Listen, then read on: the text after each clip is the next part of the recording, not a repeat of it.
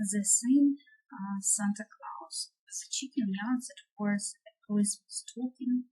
Mrs. Grace opened her eyes and looked out at the diesel that made the Christmas morning gray. Her bed stood against the window, and it was easy for her to look out. All she had to do was to roll over and pull the shade aside. Having looked at the birds as she rolled again on to the broad flat of her back and made herself comfortable for a while. For there was no reason why she should get up until she felt like it. Such a Christmas, she said good-naturedly to herself. I guess such weather is bad for Santa Claus. Maybe it is because of such weather he don't come by my house. I don't blame him so muddy. She let her eyes close indolently. Not yet was she hungry enough to imagine the tempting door of fried bacon and eggs, and she idly slipped into sleep again. She was in no hurry. She was never in a hurry. For what is the use of being in a hurry when you own a good little house and have money in the bank and a widow? What is the use of being in a hurry anyway? Mrs. Grace was always beside and fed, and she always had been. What is the use of having money in the bank and a good little house if you are not beside and fed? Mrs. Gray lay on her back and slept placidly and fatly, with her mouth open, as if she expected Santa Claus to pass by and drop a present into it. Her dreams were pleasant. It was no disappointment to Mrs. Brett that Santa Claus had not come to her house. She had not expected him. She did not even believe in him. Yes, she had told Mrs. Flannery next door as she handed a little parcel of toys over the fence for the little Flannerys. Once I believes in such a Santa Claus myself yet. I make me pretty good times then, but now I am too old. I don't believe in such things, but I make pretty good times still. I have a good little house and money in the bank. Suddenly Mrs. Gratz closed her mouth and opened her eyes. She smelled imaginary bacon frying. She felt real hungry.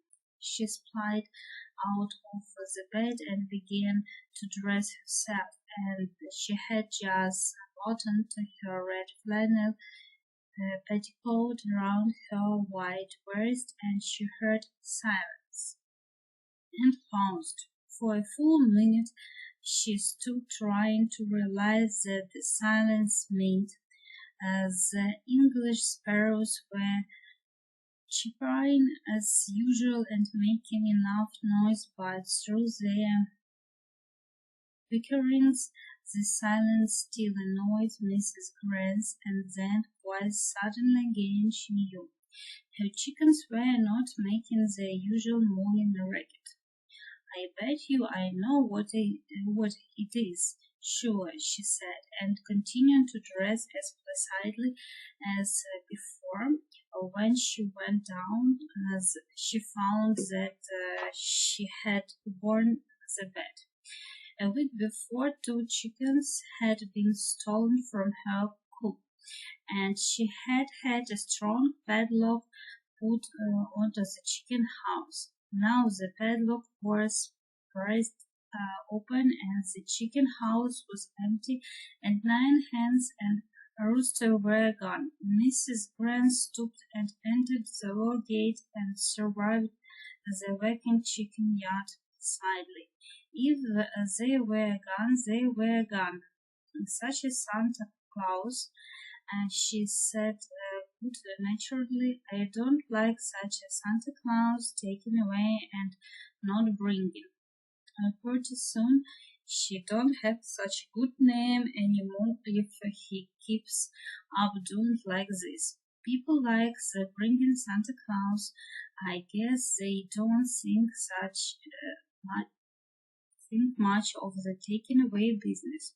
He gets a bad name quick enough if he does this much. She turned to bend her head to look into the vacant chicken house and stood still. She put out her foot and touched something her eyes and light on, and the thing moved. It was a burst of worn black leisure soaked by the drizzle, but still holding the band that comes to men's purses that when worn long in a back trouser pocket. One end of the purse was muddy, and pressed deep into the soft soil were a heel and trampled on it. Mrs. Grace bent and picked it up. There was $900 in bills in the purse. Mrs. Grace stood still while she counted the bills, and as she counted, her hands began to tremble, and her knees shook, and she sank on the door sill of the chicken house and plowed until the tears rolled down her face. Occasionally she stopped to wipe her eyes, and the flood of laughter gradually died away into ripples of intermittent giggles that were like sobs after. So Mrs. Reed's no great sense of humor, but she could see the fun of finding $900. It was enough to make her laugh, so she laughed. Goodness, such a Santa Claus! She claimed to be the final sign of pleasure. Such a Christmas present for Santa Claus. No wonder he is so fat, yet when he eats 10 chickens in one night already. But I don't keep. I like me that Santa Claus all right. I believes in him pretty good after this, I bet. She went at once to tell Mrs. Flannery, and Mrs. Flannery was far more excited about it than Mrs. Grace had been. She said it was a hand of retribution paying back the chicken thief and the hand of justice repaying Mrs.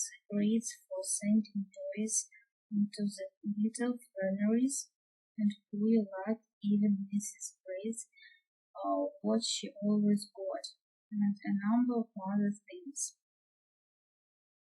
It is the luck of Mrs. Grace's mom, she said, and often I do be saying it is a Dutch for luck, meaning no disrespect to her, and the fatter the luckier, as I often told me old man, rest his soul, and him so sick.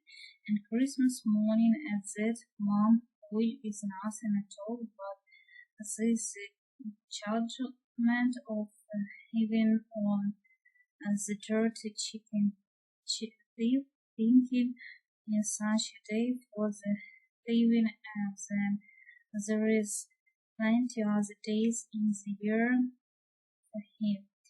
Keep the money, Mom. Forget it's yours by good rights, and I knew there would some good come till your minute you handed me presents for the kids.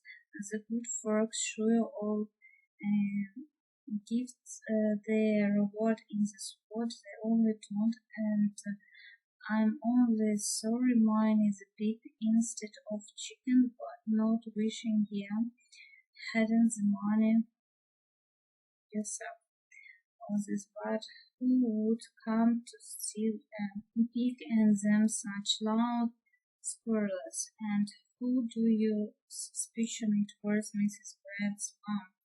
I think maybe I got me a present for Santa Claus, yes, said Mrs. Grant. And here, as a woman, said Mrs. Flannery, do you hear that now? Well, true for you, ma'am, and stick to it, for there is no telling who will be claiming the money, and ever Santa Claus brought a thing to a mortal soul, it was him brought here that, and it was only yesterday was saying had no belief in him. Yesterday I don't have no beliefs in him, said Mrs. Grace. Today I have plenty of beliefs in him. I like him plenty. I don't care if he comes every year. Sure not, Mrs. Flannery, and you with the $900 in your pocket, I'd be glad of the chance. I'd believe in them myself for 450. That afternoon, Mrs. Flannery, whose excitement had not paid the least on all the Mrs. Grace to spend the afternoon talking to her about the money. She felt that it was good to be near it at any rate, and when one can make a whole afternoon's conversation out of it, Mrs. Casey said to Mrs. O'Reilly about Mrs. McNally, it is a shame to miss a chance to talk about $900. Mrs. Flannery was rocking wildly and talking rapidly, and Mrs. Grace was slowly moving her rocking and answering in monosyllables when someone knocked at the door, and Mrs. Grace answered the knock. Her visitor was a tall, thin man. He had a slouch hat which he held in his hand as he talked. He seemed nervous, and his face wore a worried look extremely. He looked like a man who had lost $900, but he didn't look like Santa Claus. He was skinny and so jolly looking. At first, Mrs. Grace had no idea that Santa Claus was standing before her, for he didn't have a slight bell about him, and he had left his red cotton coat with the white batting trimming at home. He stood in the door playing with his head, unable to speak. He seems to have some delicacy about beginning. Well, what is it, said Mrs. Grace. Her visitor pulled himself together with an effort. Well, ma'am, I'll tell you, he said frankly. I'm chicken buyer. I buy chickens. That's my business dealing in poultry. So I came out today to buy some chickens. On Christmas Day, asked Mrs. Grace. Well, said the man, moving uneasily from the foot to the other. I did come on Christmas Day, didn't I? I don't deny it, ma'am. I did came on Christmas Day. I'd like to go out and have a look at your chickens. It ain't so usual for brides to come buying chickens on Christmas Day, is it? Interposed Mrs. Grace good naturally. Well, no, it ain't, and that is a fact, said the man uneasily, but I always do. The people I buy chickens for he's just as uh, to want to eat chicken one day as another day and more so. Turkey on Christmas Day and chicken the next for a change. Um, that is what they always tell me. So I have to buy chickens every day. I hate to, but I have to. And if I could just go out and look around your chicken yard, it was right there that Mrs. Grates had a suspicion that Santa Claus stood before her. But I don't sell such a chicken yet yet, she said, as the man wiped his forehead. Sure not, he said nervously. I was going to say look around your chicken yard and see the chickens. I can't buy chickens without I see them, can I? Some folks might, but I can't with the kind of customers I've got mildly particular customers, and I pay extra prices so as to get the best for them. And when I go out and look around the chicken yard, how much you pay for such nice big fat chickens? Maybe asked Mrs. Grace.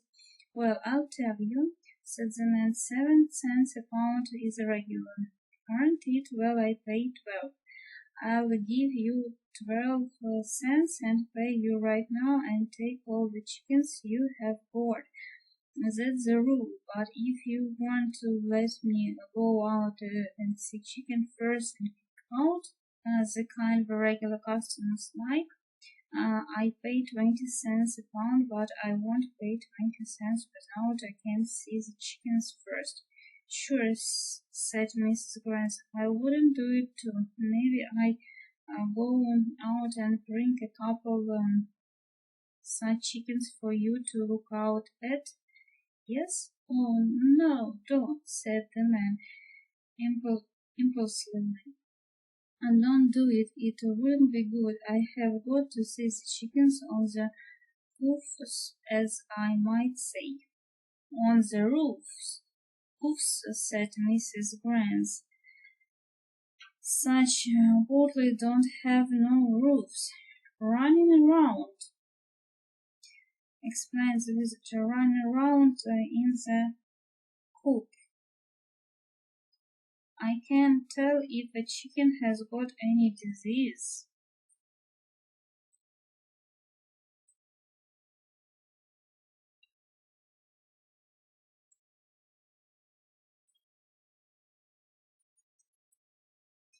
That my trade wouldn't like if I see the running around the coop. There is a lot of in the way chicken runs, in the way it hits up its leg, for instance, as that's what the trade calls on the hoof. So I'll just go out and have a look around the coop.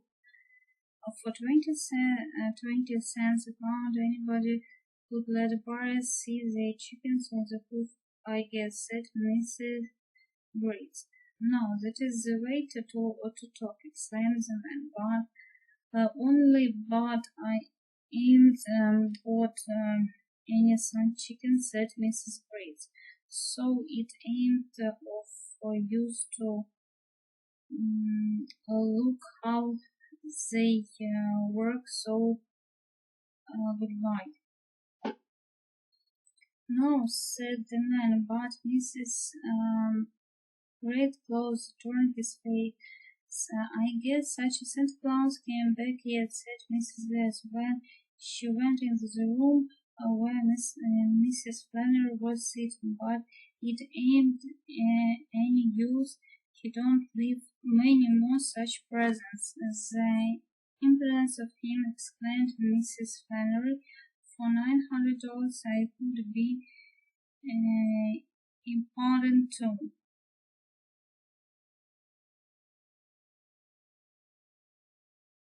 Said Mrs. Grant calmly, but I don't like such notice. Santa Claus is coming back all the time. Once when I believed that Santa Clauses, why they don't came back so much. The thing Santa Claus had not gone far. He had crossed the street and stood gazing at Mrs. Grant's door, and now he crossed again and knocked. Mrs. Bates arose and went to the door. "I believe he came back once yet," she said to Mrs. Flannery, and opened the door. He had indeed came back. "Now see here," he said briskly, uh, "ain't your name Mrs. Reeds? Well, I knowed it was, and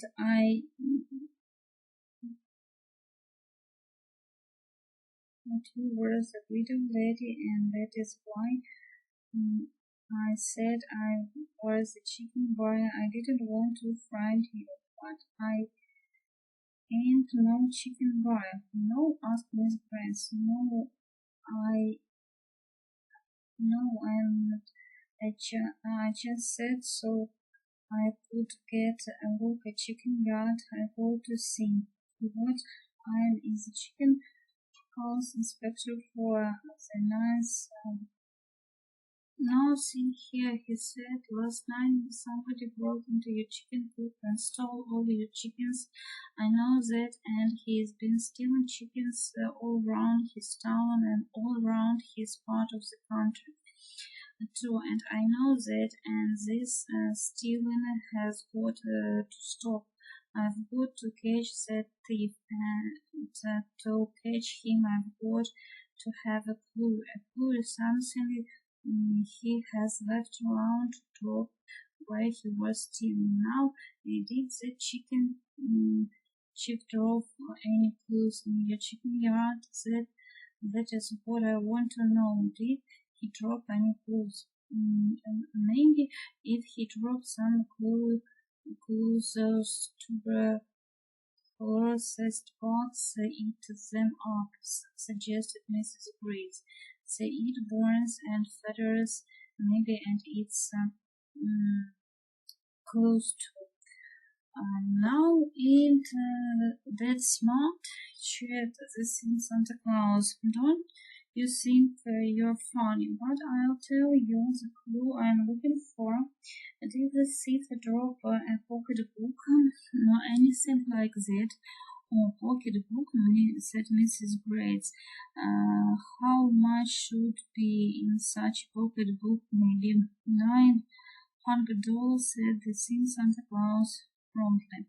"Goodness," exclaimed Mrs. Grates, "so much money all in the course come out to the chicken yard once.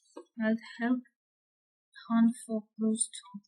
Since Santa Claus stood a minute looking doubtfully at Mrs. Brett, her face was large and placid and unemotional.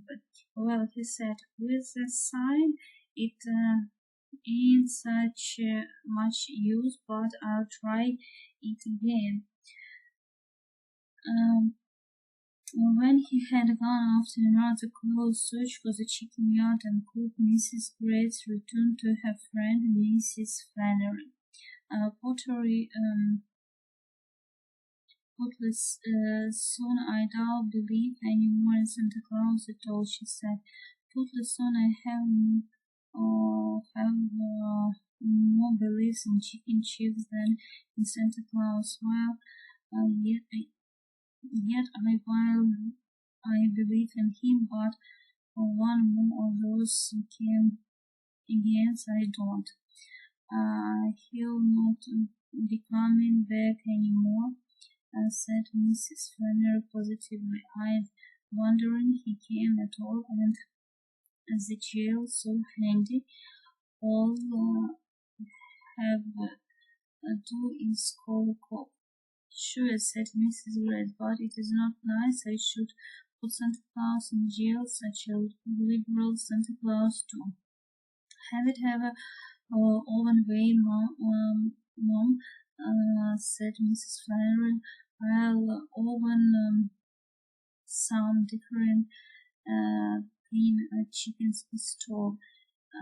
'Tis hard is exploit the affections on a bunch of chickens, but if any one were still my big to jail, he would go. Santa Claus, or no Santa Claus, but no, but what you um, have a kind heart anywhere.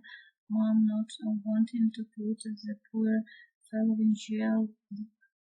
Then he was already lost $900, which goodness knows might have hand back was the law to take the hand in it. So, said Mrs. Grant, such is the law yet, all right. I don't believe in chicken thief, no matter how much he came again. I stick me to Santa Claus. I always will. I believe in Santa Claus, chicken chief's gifts, and want to take him away again, but Santa Claus is always given. I never taken. You're forgetting the chickens that ours took, suggested Mrs. Flannery. Took, said Mr. Grace. Tooken, Mrs. Flannery corrected. Tooken, said Mrs. Grace. I believe me in Santa Claus. That was, I believe he, he is good old man forgiven. I believe in Santa Claus, but I taken belief in Trouble Forest Box. Bust. Padlock Sam asked Mrs. Flannery. Mrs. Gray, them reindeer so frights yet they have a right to keep up and bust it. Maybe Mrs. Flannery sighed. To this great grand scene I have faced, man, she said. Yes, said Mrs. Grace indolently. That is nice, and it's nice to have $900 more in the bank, ain't it?